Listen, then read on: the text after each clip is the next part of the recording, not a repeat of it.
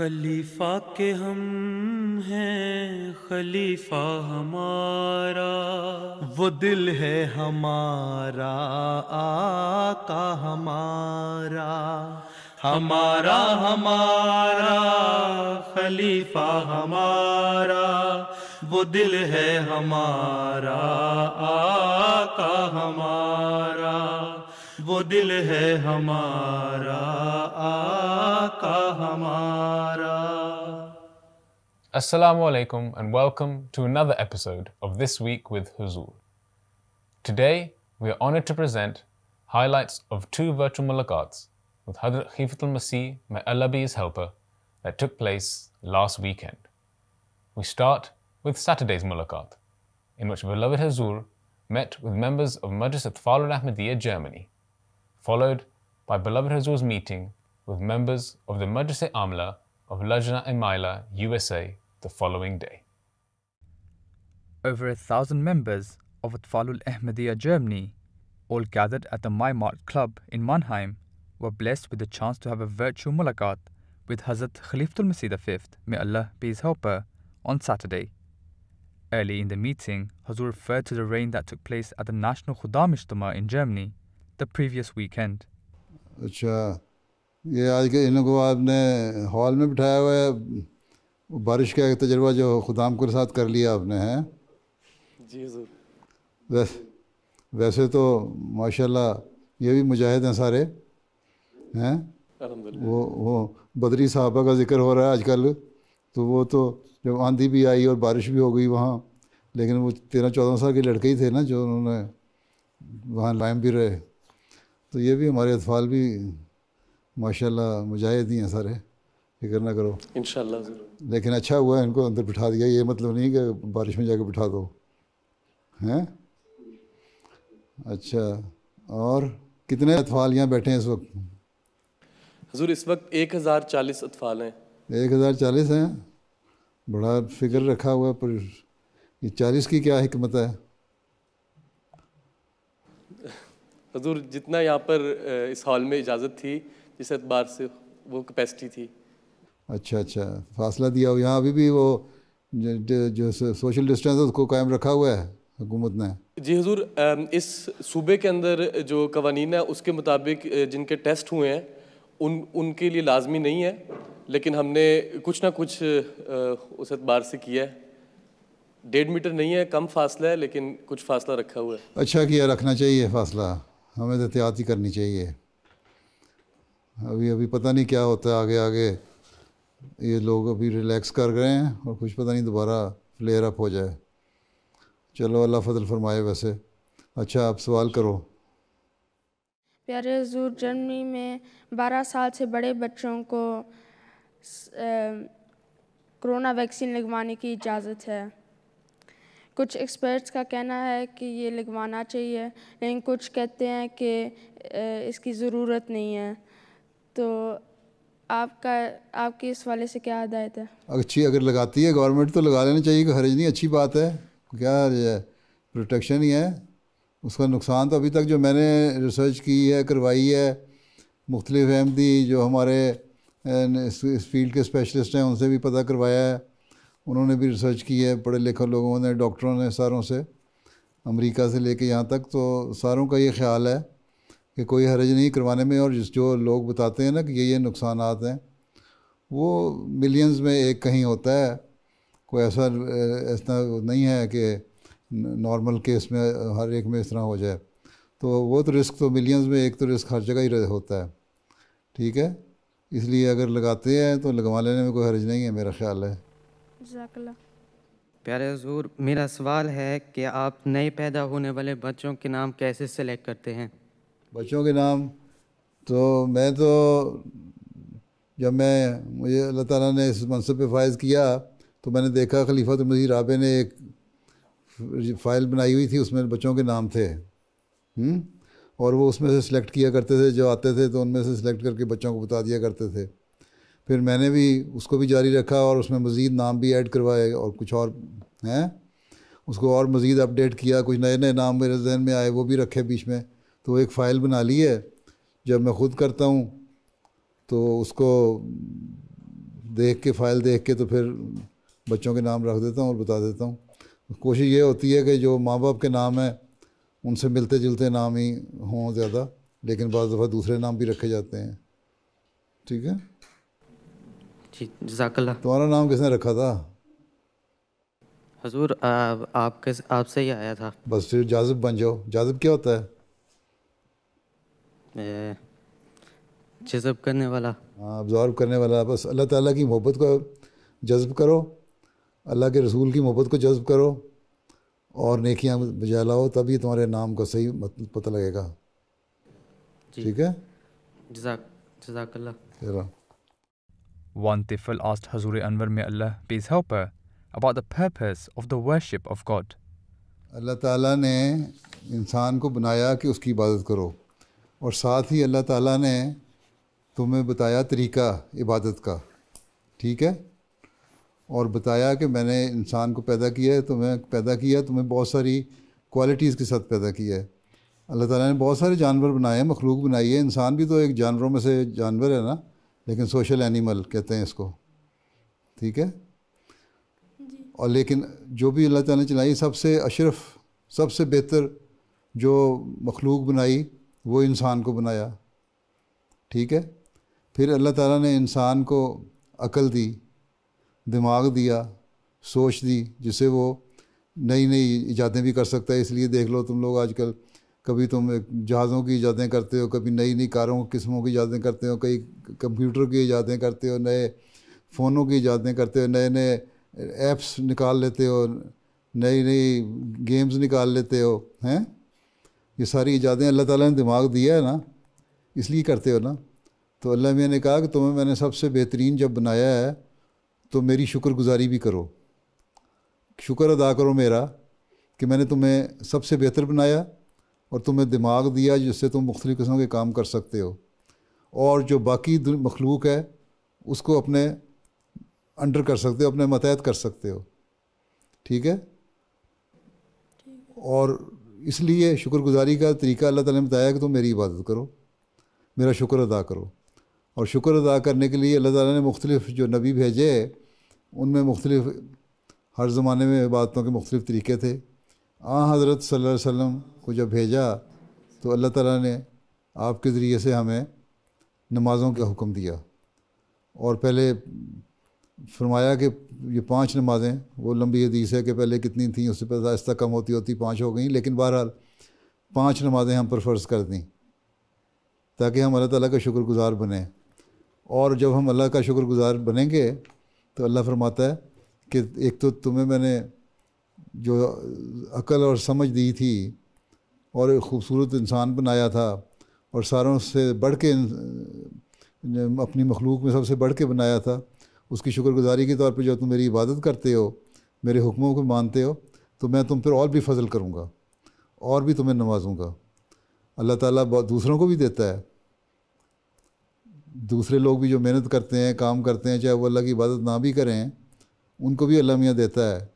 لیکن ایک مسلمان کو, ایک احمدی مسلمان کو, ایک حقیقی مسلمان کو جو صحیح اللہ تعالیٰ کو ماننے والا ہے, اس کو اللہ تعالیٰ عبادت کا ریوارڈ بھی دیتا ہے کہ وہ دنیاوی چیزوں میں بھی اس کو بڑھاتا ہے اور اس کو دین اور روحانیت میں بڑھاتا ہے, اور اللہ تعالیٰ سے تعلق میں عبادت کی وجہ سے پھر اللہ تعالیٰ اپنے ساتھ تعلق میں بھی اس کو بڑھاتا ہے.